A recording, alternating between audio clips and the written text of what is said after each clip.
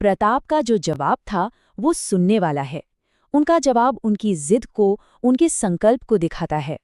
अपने सबसे बुरे, सबसे मुश्किल वक्त में भी उनका ध्यान बस एक ही चीज पर था, अपनी प्रजा का सम्मान, अपने लोगों की भलाई।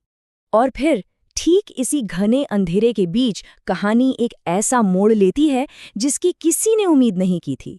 वफादारी का एक ऐसा काम होता है जो उम्मीद की एक किरण बनकर आता है। ये नाम है भामाशाह। ये सिर्फ कोई अमीर मंत्री नहीं थे, नहीं, ये तो अपने राजा पर मेवाड़ के लोगों के भरोसे का जीता जागता सबूत थे। उन्होंने अपनी जिंदगी भर की कमाई, अपनी सारी दौलत मेवाड़ की आज़ादी के लिए दान कर दी, और बस यहीं से सब कुछ बदलने वाला। कहते हैं कि भामाशाह का ये त्याग देखकर प्रताप की आंखों में आंसू आ गए थे।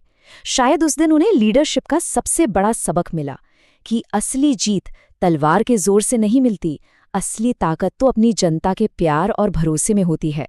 और इसी नई ताकत के साथ, इसी एकता के दम पर मेवाड़ में जैसे फिर से जान आ गई। प्रताप ने न सिर्फ अपने हारे हुए इलाके वापस जीते, बल्कि उजड़े हुए गांवों को फिर से आबाद किया।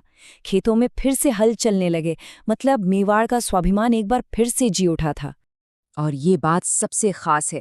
कहते हैं कि अपने आखिरी पलों में भी उनकी आंखें किसी ताज या सिंहासन को नहीं देख रही थीं। नहीं, उनकी नज़रें तो उन नक्शों पर टिकी थीं जिन पर वो गांव थे जिन्हें उन्होंने फिर से बसाया था। ये इस बात का सबूत था कि उन्होंने अपने लोगों से किया हुआ वादा पूरा कर दिया था। और आखिर में उनके पूरे जीवन का बस यही एक अमर संदेश है। ये एक विचार है जो इतिहास की किताबों से भी कहीं ज्यादा बड़ा है।